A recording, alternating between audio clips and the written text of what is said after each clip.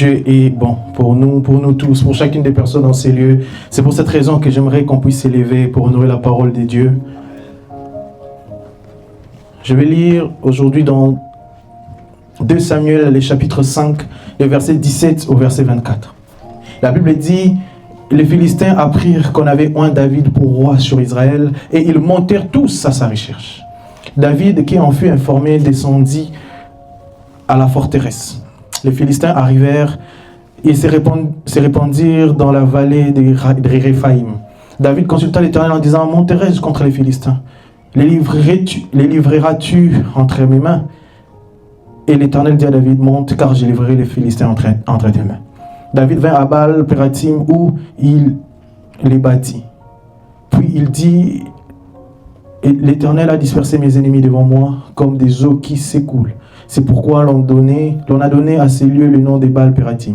Ils laissèrent là leurs idoles et David et ses gens les emportèrent. Les Philistins montèrent de nouveau et se répandirent dans la vallée de Réphaïm.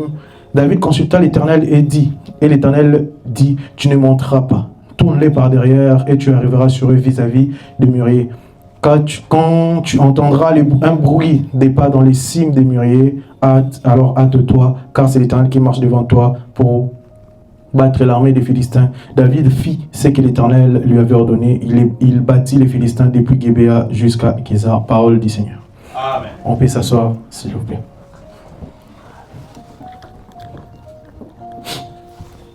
Mon thème d'aujourd'hui s'intitule « L'obéissance est une arme de combat spirituel ». Comme nous le savons, depuis un moment, l'Éternel, à travers son serviteur, a institué un thème qui est les combats de nos familles. Les combats de nos familles, c'est que nous savons nous tous, c'est que le diable cherche à nous combattre à chaque fois. Et le diable, lui, il ne vient pas nous combattre lui-même. Comme Dieu a envoyé ses serviteurs pour pouvoir nous parler de sa part à chaque fois, le diable aussi a ses acolytes qu'il utilise pour pouvoir nous combattre. Les gens de nos familles, les gens de notre entourage et toutes les personnes que le diable utilise pour pouvoir nous combattre. Et à travers ces thèmes, le pasteur nous a parlé de beaucoup de choses. Des choses qui sont très importantes sur nos vies. Comment est-ce que nous devons mettre en phase ces choses que souvent les chrétiens, on oublie qu'on est combattu. On oublie que les diables cherchent toujours à nous faire tomber. Et des fois, on est dans la distraction. La semaine passée, les pasteurs nous avaient parlé, ils nous avaient introduit ces thèmes qui étaient les autels. Ils nous avaient dit comment est-ce qu'il y a certains autels des familles qui priment sur nos vies. Et il y a certains autels qu'on n'a même pas besoin d'aller titiller. Il y a certains autels, si tu vas titiller ces autels-là sans que l'Éternel t'ait donné la permission, tu vas subir les conséquences. Je me rappelle d'un dimanche où il nous a donné un exemple en disant que s'il y a des gens, par exemple, qui font des choses, des sciences occultes et tout, toi, tu vas juste pour dire que moi, j'ai Dieu, je vais vous combattre. Ils vont te frapper. Ce qui est sûr, c'est que si tu vas avec tes propres forces, selon que tu crois que tu es chrétien, ça ne marche pas. Pour que ça puisse marcher, il faut que tu puisses avoir un ainsi dit l'Éternel. Et que tu puisses avoir ce qu'on peut appeler une certaine autorisation. Amen. Et c'est pourquoi, cet après-midi, par rapport à ces thèmes, moi, je vais juste nous parler de l'obéissance. Pourquoi l'obéissance dans les combats spirituels? L'obéissance est un point qui est important, qui nous permet de savoir qu'est-ce que Dieu veut que nous puissions faire. Où est-ce que Dieu veut que nous puissions combattre? Parce que même dans un combat, même les militaires, lorsqu'ils partent dans une bataille, ils ont un plan d'action. Un plan d'action, ils savent que l'ennemi est à gauche, l'ennemi est à droite, on doit combattre ainsi, on doit combattre de cette façon. C'est pour cette raison que lorsqu'on a lu ces versets, ces passages qui nous montrent, lorsque David était devenu roi, il y a des gens qui sont venus le combattre. David, il pouvait dire que je suis un gaillard parce que j'ai battu Goliath et que j'ai des armées, je peux directement aller combattre ces personnes-là. Mais David a dit quoi? Je vais d'abord consulter l'Éternel. Et à partir de ce que l'Éternel va me dire, c'est alors que je vais combattre. Il n'était pas parti comme ça, il avait un plan. Son plan, c'était de monter devant les Philistins. Mais il voulait que l'Éternel lui dise si son plan était bon ou c'était mauvais. Il est allé parler à l'Éternel. L'Éternel a dit, ne monte pas, monte, je te les livrerai. Et la deuxième fois, les Philistins sont venus de la même manière. Ils pouvaient se dire, bon, cette fois-ci, ils sont venus. La première fois, j'étais monté, je les ai battus. Donc, si je monte encore, je vais les battre. Mais il a dit non. Je vais encore demander à l'Éternel. Seigneur, je dois monter. L'Éternel a dit non, cette fois-ci, ne monte pas, contourne-le. S'il avait dit bon, l'Éternel m'avait dit monte, je vais seulement monter. On l'aurait battu. Mais il a entendu la voix de l'Éternel qui avait dit contourne-le et il a eu sa victoire. qu'est-ce que veut dire vraiment l'obéissance? Lorsqu'on parle d'obéissance, des fois, on a l'impression que c'est un terme vague. C'est quoi l'obéissance? Pour qu'on puisse parler de l'obéissance, c'est l'effet de se conformer volontairement à un ordre, à une règle, à une loi, à une autorité ou à une instruction. Ici, il y a un mot qui est important ici, c'est volontairement. Pourquoi volontairement? Lorsqu'on parle de l'obéissance, on ne parle pas d'une obligation. On parle d'une volonté. On obéit en étant volontaire. Il n'y a personne qui te dit tu es obligé de faire quelque chose, mais tu le fais parce que tu te sens obligé. On ne t'oblige pas, mais toi-même tu te sens obligé de faire cette chose-là. C'est alors qu'on parle d'une obéissance. Lorsque par exemple on te dit, on t'oblige de faire quelque chose, il peut y avoir aussi de l'obéissance là-dedans, mais lorsqu'on parle de la parole de Dieu, l'obéissance est volontaire. Parce que Dieu, il respecte ce qu'on appelle le libre arbitre. Dieu ne peut pas venir t'obliger à faire quelque chose. Si tu ne le fais pas, il va te tuer. Là, l'Éternel, lui, il sait que lorsqu'il a créé l'homme, il a donné la capacité de faire toutes choses. C'est pourquoi la Bible dit que je mets devant toi les biens et les mal. C'est à toi de choisir. Dieu pouvait dire, si tu choisis les mal, directement, ta vie s'arrête. Mais il fait en sorte que chaque personne a la liberté de choisir les biens ou les mal. Lorsqu'on parle de l'obéissance dans la vie chrétienne, c'est le fait de choisir de respecter volontairement ce que l'Éternel te dit de faire. Et c'est aussi l'attitude d'une personne qui accepte de faire ce qui est demandé, sans résister. Ça veut dire c'est soumettre à Dieu. L'obéissance, c'est le fait que tu laisses Dieu te guider. Tu acceptes ce que Dieu te dit de faire, sans résister, sans demander pourquoi. Parce que des fois, il nous arrive qu'il y a des choses que l'Éternel nous demande de faire, on essaie de savoir c'est quoi la raison. Pourquoi est-ce que Dieu veut qu'on fasse quelque chose? Pourquoi est-ce que Dieu veut qu'on fasse ceci? Pourquoi que Dieu veut qu'on fasse cela? Mais l'obéissance ici, c'est le fait d'accepter de le faire sans demander pourquoi. Juste obéir, faire, et c'est tout. David aussi pouvait demander à Dieu, pourquoi est-ce que tu ne veux pas que je puisse monter cette fois-ci? Pourquoi tu veux que je puisse les contourner? Mais il ne s'est pas cassé la tête. Il sait que si Dieu dit monte, c'est qu'il faut monter. Il sait, si Dieu dit contourne, c'est qu'il faut contourner. Dans l'obéissance ici, il y a un point qui est très important qu'on doit savoir, c'est que Dieu est capable de tout voir. Dieu est capable de tout parce qu'il connaît tout.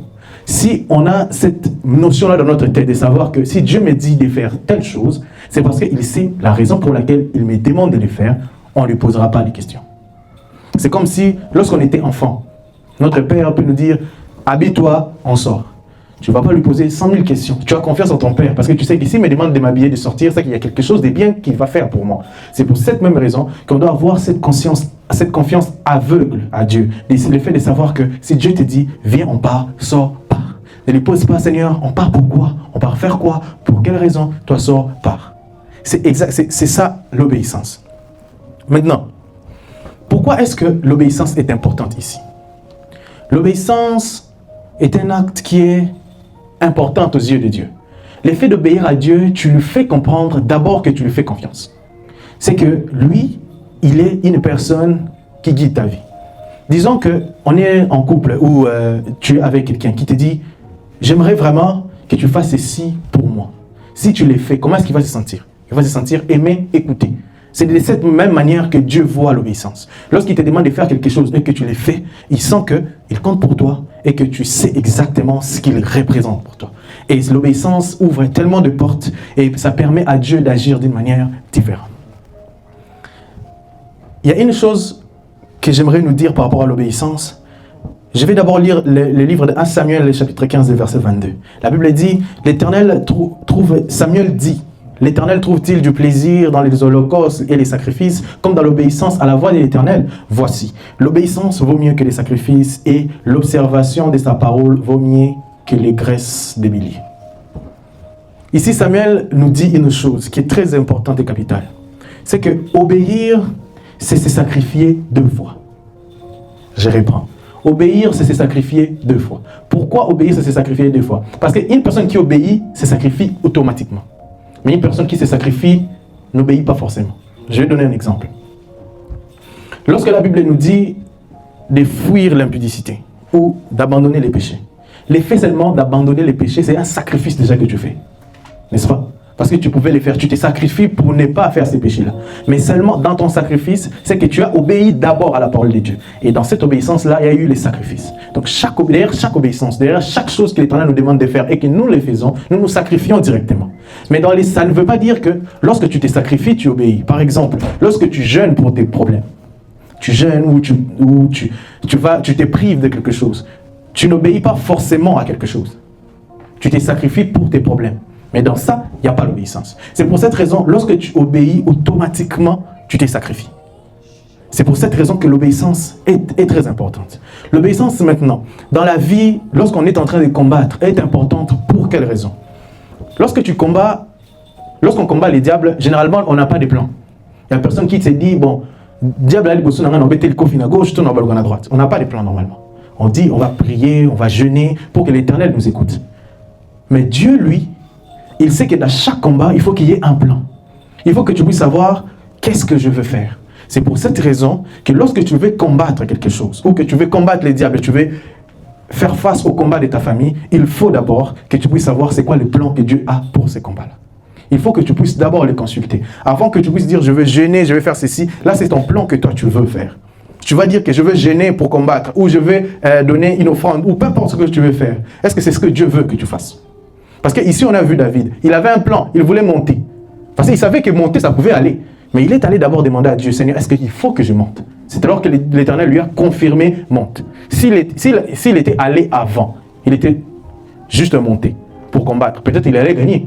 Parce que c'était vraiment les plans de Dieu. Mais est-ce que c'était vraiment le plan de Dieu? C'est pour cette raison, la deuxième fois, il est revenu encore pour demander, est-ce que je dois monter? C'est alors qu'on a dit, ne monte pas, contourne. Combien de fois nous combattons sans savoir ce que Dieu veut? Nous combattons selon nos propres plans. Et nous ne cherchons pas à savoir quel est le plan de l'Éternel pour que nous puissions obéir à ces plans-là. Amen. C'est pour ça que c'est très important. Alors, dans la vie de David, lorsqu'il a consulté Dieu, il n'a pas seulement consulté, il a obéi et il a été vainqueur. Nous maintenant, dans notre cas, on va dire, comment est-ce qu'on fait pour consulter Dieu? Il y a beaucoup de manières qu'on fait pour consulter Dieu. La première manière, c'est la parole de Dieu. La parole de Dieu est là perpétuellement devant nous. Nous avons la Bible qui est là à chaque fois. C'est une parole que Dieu nous a donnée, que nous pouvons consulter à chaque moment où on a besoin. À chaque fois qu'on a besoin de quelque chose, on a une réponse certainement dans la Bible. Là, c'est la première des façons. La deuxième des façons, c'est la prière aussi. Dans la prière, on peut demander à l'Éternel pour savoir c'est quoi sa volonté.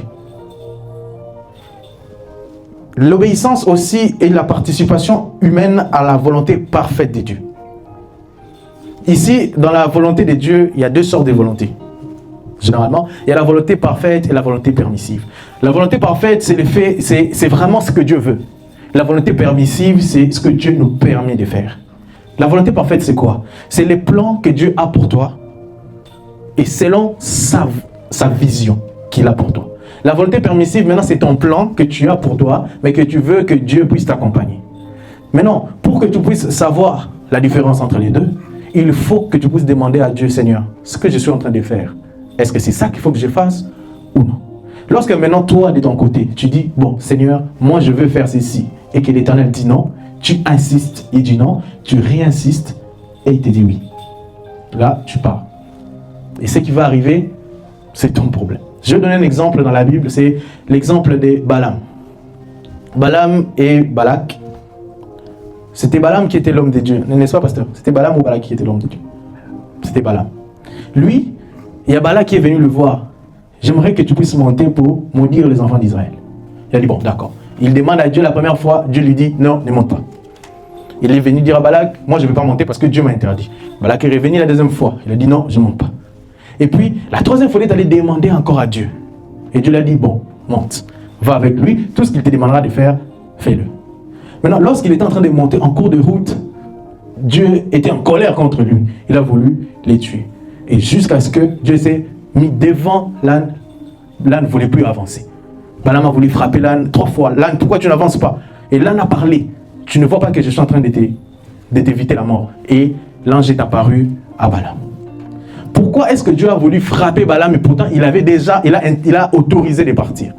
Il a voulu les frapper parce que l'autorisation qu'il avait donnée, ce n'était pas sa volonté parfaite, c'était sa volonté permissive. Il avait permis d'aller. C'est pour cette raison qu'il voulait les frapper pour lui dire, n'y va pas. Moi, ça m'est déjà arrivé, bon, c'est compliqué, mais je vais le dire seulement. Il y avait une fille qui me plaisait bien, elle me plaisait beaucoup et on vivait bien, c'était vraiment une amie à moi. Et cette fille est venue me dire, non, tu me plais bien, j'aimerais sortir avec toi. Bon, moi, j'avais des ailes et tout. J'ai dit, non, je n'ai pas encore demandé la volonté de Dieu, je ne vais pas sortir avec toi et toutes ces choses-là. Pendant un moment, bon, elle a dit, d'accord, moi j'attends et tout, on était devenus des bons amis. À un moment donné, j'ai commencé à ressentir des choses pour elle. J'ai dit, ah, bon, je vais demander à l'Éternel, Seigneur, qu'est-ce que tu en penses? J'ai dit à l'Éternel, bon Seigneur, tu vois, la fille, elle n'est pas mauvaise, hein, elle a beau caractère, tout ça là, tu vois aussi. Hein, l'Éternel m'a dit, bon, c'est pas elle. J'ai dit, ah bon, moi j'ai rêvé, j'ai vu dans les rêves, on était ensemble et tout. Dieu m'a dit, non, c'est pas elle. J'ai dit, bon, d'accord, il n'y a pas de problème. Quelques temps après, j'ai fait encore un autre rêve. On était en train de marcher, on était ensemble, en couple, on était joyeux et tout. J'ai dit, non, Seigneur, oh, génie. Moi, tu me dis que c'est pas elle, mais moi, je vois un rêve que je suis avec elle. Qu'est-ce qui se passe? Dieu me dit, bon, d'accord, c'est elle. Il dit, ah, voilà. Depuis longtemps, il fallait que tu dises, tu m'as vu tourner devant, d'accord, c'est elle. Vas-y, va, moi, je t'autorise, vas-y. Voilà. J'ai dit, bon, la fille, elle m'avait déjà dit qu'elle était folle de moi, donc, bien affilée. Je vais aller seulement 2-3 paroles, car. Je vais comme ça, je drague pour tout. Je dis, petit. C'est pas toi qui as été amoureuse de moi, qu'est-ce qui se passe? Oh non, je sais pas, laisse-moi réfléchir. Je dis, il n'y a pas de problème. Je dis, ah Seigneur, c'est pas toi qui m'as demandé de partir. Il réfléchit encore comment? Elle dit, ok, il n'y a pas de problème. Elle dit, non, vas-y, insiste, tout ça là, c'est vraiment la femme de ta vie et tout. J'ai insisté. Non, 3 mois, c'est passé. Avant moi-même, j'ai dit non, Gombaché, Seigneur, pour ces années. Il m'a dit, petit, tu es allé là-bas. C'est moi qui t'ai autorisé. Oh, mais c'est toi qui m'as dit non. Souviens-toi. La première fois, je t'avais dit quoi? Tu m'avais dit non. J'ai dit, mais après, tu m'as autorisé. Il a dit non. J'ai autorisé parce que tu voulais. J'ai vu ton cœur, c'était déjà tourné vers elle. Si je t'avais dit non, ça n'allait rien changer. Donc, je t'ai autorisé de partir. J'ai dit, ah, là, tu as seulement accepté comme état pour toi comme ça. Il m'a dit une chose que j'ai retenue jusqu'à aujourd'hui, c'est que la première parole que Dieu t'a dit, c'est ça sa volonté. Tout ce qui vient après, c'est pas sa volonté. La première parole que Dieu t'a dit, c'est sa volonté parfaite. Tout ce qui vient après, c'est pas sa volonté, c'est sa volonté permissive. Pourquoi est-ce que Dieu accepte de nous permettre de faire certaines choses? Parce que ton cœur est parti déjà là-bas. C'est qu'il te donne un libre arbitre. Il te donne déjà ce libre arbitre de décider. S'il voit que ton cœur est déjà parti, quoi qu'il dise, tu ne vas pas changer la vie. C'est pour ça qu'il va t'appuyer. Vas-y. Oh, écoute, à un moment, tu vas comprendre que je n'étais pas là. C'est pour ça, certaines fois, tu dis, mais Seigneur, tu m'avais autorisé. Pose-toi la bonne question. Est-ce qu'il t'avait autorisé la première fois que tu l'avais demandé? Est-ce qu'il t'avait autorisé? Non. Parce que des fois, nous, on est téméraires. On vient, on insiste. Seigneur, tu m'avais autorisé, il faut que je parte, il faut que je parte. Et des fois, ça nous amène à beaucoup de choses. Qu'est-ce que maintenant la désobéissance peut nous amener? La désobéissance peut nous amener à la mort. Comme l'histoire du jeune prophète et du vieux prophète dans la Bible. C'est dans ce qu'ils vont lire dans 1 Roi 13, du verset 8 au verset 32. Mais moi, je vais juste parler de cette histoire-là. Il y avait un jeune prophète qu'on a envoyé pour délivrer un message. Il a délivré son message, on lui a dit, tu dis ton message, tu vas ni manger, ni boire, tu ne vas pas retourner du chemin où tu étais venu. Et lui, il a délivré son message et il a parlé de tout ça. Il y a un vieux prophète qui est venu dire, moi, je suis un prophète. Dieu m'a dit, tu manges, tu bois, tu retournes du chemin là où tu étais venu. Il a dit, oh, ok, bon, d'accord. Il a dit, moi, je suis un vieux prophète, donc ça fait longtemps, moi, Dieu me parle et tout et tout. Tu retournes, il est retourné dans ces mêmes chemins et il a trouvé la mort. Dieu l'a frappé parce qu'il a désobéi à la première voix de l'Éternel. C'est pour ça que c'est très important. Il faut que nous puissions savoir que le premier prophète de nos vies, c'est Dieu. Ce n'est ni une personne, ni quiconque que ce soit. Si Dieu t'avait dit, ne fais pas ça. Même si c'est le meilleur prophète du monde, c'est lui qui parle, les feux sortent dans sa bouche lorsqu'il parle, quelque chose sort. S'il te dit quelque chose, ne le fais pas. Obéis d'abord à ce que Dieu t'avait dit de faire. Et la désobéissance peut nous amener à passer à côté de notre vie ou à être en retard dans notre vie. Ça peut nous amener aussi à prendre des mauvaises décisions. Si on n'obéit pas à ce que Dieu dit, on va prendre des mauvaises décisions. Je vais donner encore un de mes exemples. Il y a lorsque je voulais changer mes papiers, j'ai fini mes études, j'ai pris mon permis post-diplôme et tout. Je voulais faire la demande de résidence. J'ai travaillé, moi je pensais que mon travail était admissible dans leur programme de résidence. Il me restait 8 mois avant que mon permis puisse expirer. J'ai dit bon, vu qu'il reste 8 mois, je vais faire la demande de résidence. Je m'en vais chercher, mon travail n'était pas admissible. Donc je ne pouvais pas faire la demande de résidence directement. Il fallait que je passe par sélection du Québec, tout ça là, qui puisse me sélectionner long chemin. J'ai dit, qu'est-ce que je vais faire? Il me reste 8 mois. J'ai commencé à paniquer, à voir, est-ce que il faut que je change de travail? Si je change de travail maintenant, il me reste juste 8 mois, je ne vais pas avoir de l'expérience. J'ai dit, bon, qu'est-ce qu'il faut que je fasse? Il faut que je demande à Dieu, qu'est-ce qu'il faut que je fasse? Moi, des fois, Dieu me parle par la voix intérieure. C'est vraiment la façon que Dieu me parle souvent, entre moi-même. C'est comme si je discute avec moi-même à l'intérieur, mais c'est comme si je discutais avec Dieu. Bon, je doute souvent de cette voix-là parce que des fois, je confonds entre moi et Dieu. Vraiment, c'est ça qui m'est arrivé. Souvent, j'ai confondu, est-ce que c'est moi, est-ce que c'est Dieu? J'étais en train de prendre une marche. Dieu m'a dit une chose, il a dit, si cette situation arrive, c'est parce que je veux que tu quittes ton travail, que tu trouves un autre travail. Les jours où tu quitteras ton travail et que tu trouveras un autre travail, c'est ces jours-là que tes démarches vont aboutir. Je dis, moi j'ai mon travail, c'est tes travails, je reste à la maison. Hiver, moi je suis à la maison, donc je ne vais pas sortir. Je cherche un autre travail. Ici, il faut que je sorte encore avec l'hiver, il fait froid. Non, je dis, j'ai boudé. Quelques temps est venu. Vraiment, cette pensée-là commence à monter encore fort dans mon cœur. Je dis, qu'est-ce qu'il faut que je fasse en ce moment? Je dis, bon, je vais commencer à chercher le travail, mais j'ai vraiment pas envie de quitter mon travail. Nadine, bon, je vais voir ce que ça va donner. J'ai commencé à parler à des agences, à envoyer des demandes d'emploi. Et j'étais vraiment pas fou par rapport à ça. Et une agence qui m'a appelé pour me dire, on a un poste pour toi, est-ce que tu veux bien de ces postes-là? Moi, j'étais en télétravail, c'était en dehors de la maison. Il fallait que je sorte, que j'aille travailler. Mais les salaires étaient quand même élevés par rapport à ce que je faisais. Je dis, bon. Je ne sais pas trop, mais bon, envoyer seulement la candidature, s'ils acceptent, c'est bon. S'ils n'acceptent pas, bon, c'est bon aussi. Ils ont envoyé la candidature, j'ai fait l'interview. Ça s'est bien passé, l'interview en question. La personne qui m'interviewait, il venait du même village là où j'ai étudié. C'était beaucoup plus, c'était fluide. 15 minutes, l'interview était finie. On avait bien parlé et tout. Il m'avait dit, est-ce que tu peux travailler maintenant? Tu peux commencer directement à travailler. Il faut que je donne 2 semaines de préavis. J'ai dit, bon, il faut que je donne 2 semaines de préavis. Ils m'ont dit, non, la personne que tu dois remplacer est déjà partie. Donc il faut que tu commences là maintenant. J'ai dit, bon, je peux donner 3 jours de préavis quand même. Ils ont dit, bon, d'accord, il n'y a pas de problème. Tellement qu'ils doutaient, ils ont engagé une autre personne. Bon, moi je suis resté à la maison, ils ont engagé une autre personne. Les jours où cette personne devait commencer le travail, la personne annule. Il dit, moi je voyage, je ne veux plus commencer le travail. Il avait déjà signé le contrat, tout ça. Il a annulé les derniers jours. Et il me rappelle, c'était 4 ou 5 semaines plus tard. Est-ce que tu es toujours intéressé au travail? Je dis, non, ouais, moi je suis intéressé et tout. Il m'a dit, bon d'accord, on va t'envoyer les contrats et tout. Ils m'ont envoyé les contrats. Une semaine après, j'ai signé le contrat, j'ai démissionné du travail. Je n'ai même pas donné les jours de préavis. Démissionne, je pars directement les mêmes jours. Puis je commence le nouveau travail tranquille. Une semaine plus tard, il y a une amie qui m'appelle. Oh non, les gens du Québec, ils répondent, mais ils n'envoient plus de courriel. Toi, va seulement voir. Va voir. Elle m'avait même appelé pour sa demande à elle. J'ai dit, ok. S'ils n'envoient pas de courriel, peut-être qu'ils m'ont répondu. Hein. Je n'ai pas regardé. Je regarde, ils m'avaient répondu les mêmes jours que j'ai quitté mon ancien travail. C'est les mêmes jours qu'ils m'ont répondu pour que je puisse faire ma demande de résidence. Les mêmes jours.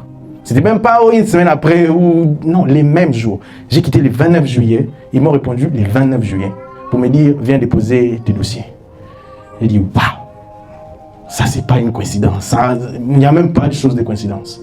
Et ce qui s'est passé dans les travaux que j'ai eu, à travers ce travail-là, ma soeur est venue au Canada. Parce que ça faisait 2 fois qu'on l'a refusé le visa. Et lorsque j'ai donné les documents de mon nouveau travail, on l'a accepté de venir. C'est que c'était une porte qui en ouvrait d'autres. C'est parce que j'ai accepté, malgré moi, d'obéir à ce que Dieu m'avait dit de faire. Et les choses sont parties telles qu'il avait dit. C'est pour nous prouver que l'obéissance, c'est quelque chose qui est très puissant dans tout ce qu'on fait. Pas seulement dans les combats spirituels, mais dans tout ce qu'on fait. Qu'est-ce que Dieu te dit de faire? C'est quoi la volonté parfaite de Dieu? Dans ce que tu fais, dans les combats ou dans tes affaires, qu'est-ce que Dieu te demande de faire? C'est ça que tu dois suivre. Si tu ne le suis pas, non, il va te laisser suivre ce que tu veux. Mais les conséquences, c'est toi qui vas les subir. Tu peux passer des années. Tu passes des années au tournant rond. C'est parce qu'il y a une chose seulement que tu dois faire, mais que tu ne veux pas faire. C'est pour ça que l'obéissance est très importante. C'est très important l'obéissance. J'ai un ami aussi qui a vécu une situation qui était compliquée. Il a perdu des années de sa vie parce qu'il n'avait pas écouté ce que Dieu l'avait dit. Il se mettait en couple avec une fille, Dieu l'a interdit de se mettre avec cette fille-là. Mais il est quand même allé se mettre avec cette fille-là. Et après, il s'est séparé 1 an après avec cette fille. Mais ce que sa vie était devenue après, c'était un cauchemar. Rien n'y marchait. Il est tombé dans la dépression. Il a commencé à aller dans des boîtes, dans des bars de nuit, dans les bars où il y a des danseuses nues. Et il a fait toutes ces choses-là. Juste parce que cette fille-là l'a amené dans une vie qu'il ne menait pas avant. Toute sa vie a été bloquée et il a passé des années à lutter, à sortir d'une dépression qu'il n'aurait pas dû avoir s'il avait écouté ce que Dieu lui a dit. Dieu ne veut pas notre malheur. Tout ce qu'il veut, c'est notre bonheur. S'il te dit ne fais pas quelque chose, ce n'est pas parce qu'il est méchant. Des fois, lorsque nos parents nous disaient ne sors pas avec une femme quand tu es encore jeune, il faut attendre. On disait ah, papa. Tu vas comme ça, tu enseignes l'enfant d'autrui. Il y a des gens qui leur vie ont été détruite seulement comme ça. Il enseigne l'enfant d'autrui, il avorte, après il avorte demain, il a tué quelqu'un, sa vie a été bloquée. Juste parce qu'il n'a pas écouté ce que ses parents ont dit. C'est comme ça que ça nous arrive aussi. Dieu, c'est notre Père. S'il nous interdit quelque chose, ce n'est pas pour que nous soyons malheureux. C'est parce qu'il sait que cette chose-là, tu vas l'avoir tôt ou tard. Mais patiente, fais ce que je te demande et ça va arriver. Maintenant, lorsque moi aussi je me suis posé cette question, comment est-ce que je vais savoir la volonté de Dieu? C'est vrai, la Bible nous parle de certaines choses, mais il y a certaines personnes qui, lorsqu'ils prient, ils ont l'impression que Dieu ne les répond pas. Dieu ne les parle pas en fait. Il veut faire quelque chose, moi je vais faire quelque chose demain. J'ai pris aujourd'hui, bon Seigneur, demain je vais faire quelque chose, je vais prendre une décision, j'ai fait comment? Maintenant là, il y a certaines personnes, ils ont l'impression que Dieu ne les répond pas. Je vais donner quand même quelques pistes qui ont marché pour moi. C'est que pour savoir la volonté de Dieu, des fois, il faut mettre ce qu'on appelle demander des signes à Dieu. Le pasteur nous a parlé de ça une fois, mais c'est quelque chose qui aide. Lorsque tu veux faire quelque chose, par exemple, et que tu ne connais pas la volonté de Dieu, et tu pries, tu ne sais pas quand est-ce que Dieu va te répondre. Si c'est quelque chose qui est urgent, dis à Dieu, c'est quelque chose qui est urgent. Il se peut que parce que des fois, lorsqu'on veut quelque chose, notre idée est déjà penchée vers cette chose-là. Tu veux déjà quelque chose, tu as seulement envie d'aller. Donc, même si Dieu te montre dans un rêve, bon, tu vas toujours trouver un moyen pour dire que ce n'est pas ça. Tu dis, Seigneur, je veux que tu me fasses un signe, un petit signe. Si ce n'est pas ta volonté, que telle chose n'arrive pas. Si ça arrive, je veux faire comme tu veux. Si ça n'arrive pas, donc c'est que ce n'est pas les bons plans. Gédéon l'a fait avant d'aller combattre.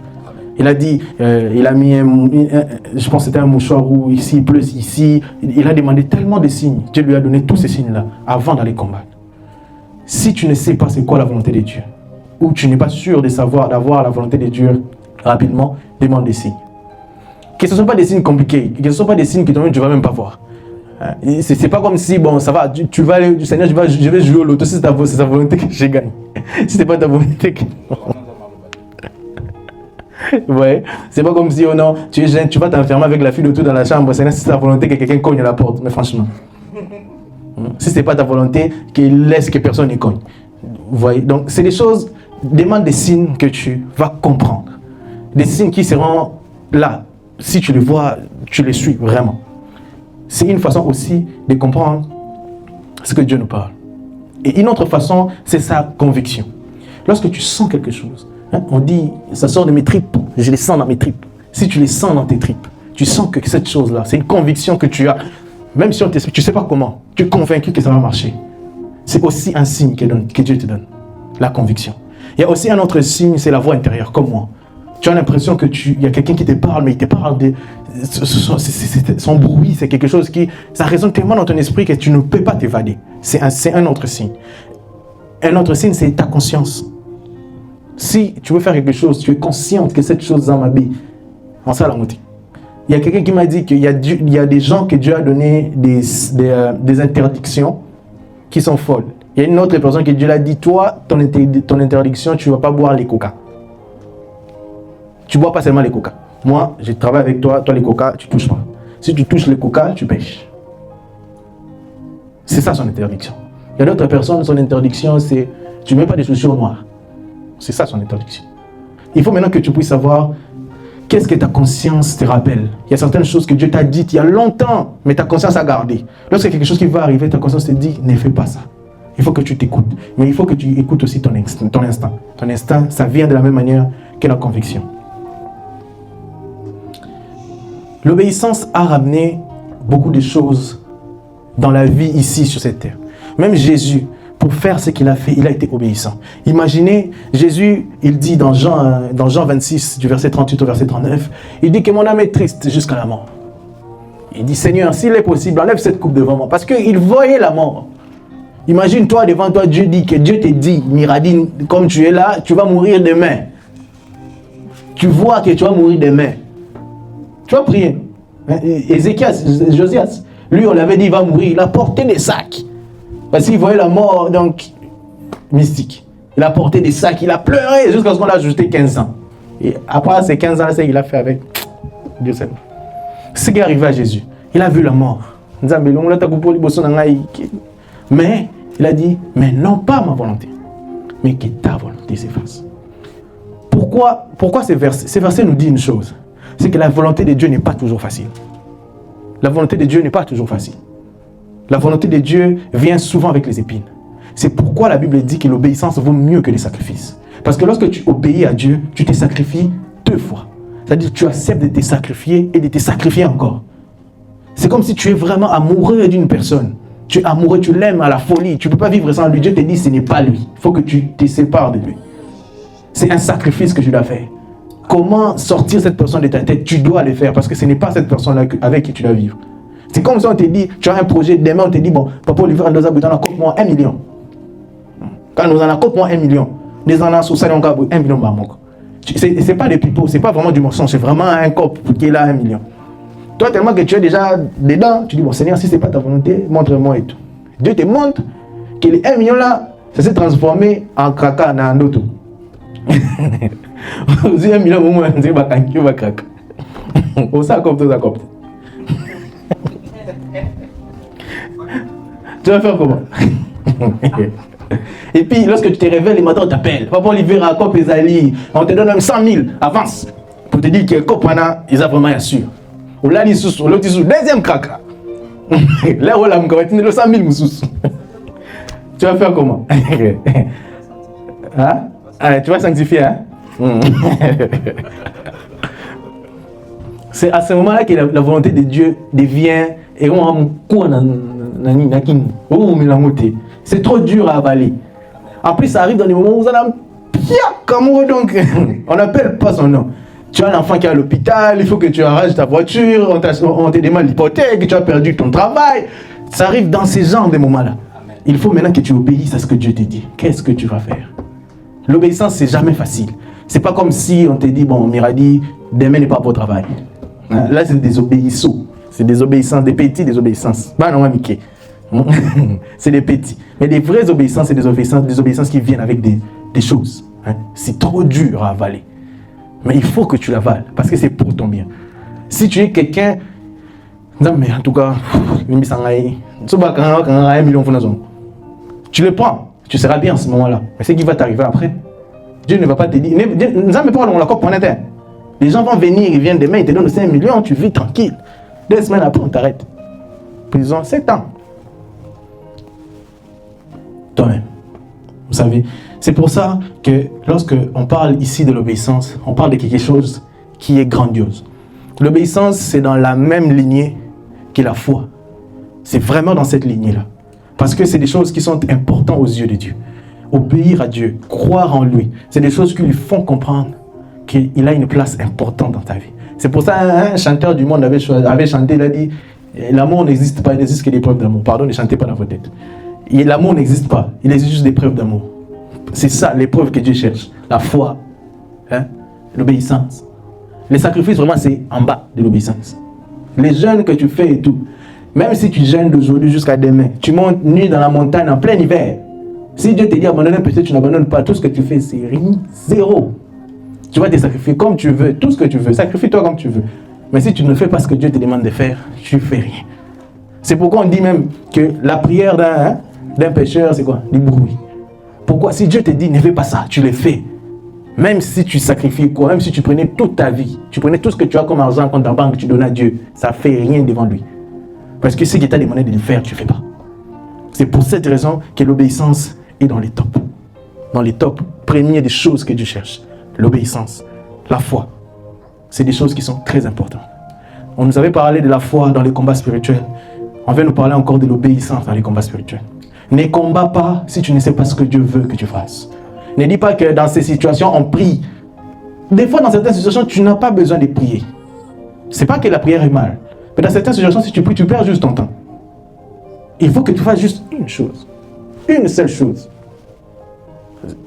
Un exemple que je peux donner dans la Bible. Est-ce que David, lui, on l'avait demandé de porter des armures, n'est-ce pas? Parce que pour combattre, il faut avoir des armures, des épées et tout ça. Là. Lui, il a battu Goliath avec quoi? Une pierre. Parmi toutes ces personnes qui étaient là, qui pouvait imaginer qu'une pierre pouvait faire tomber les grands Goliaths?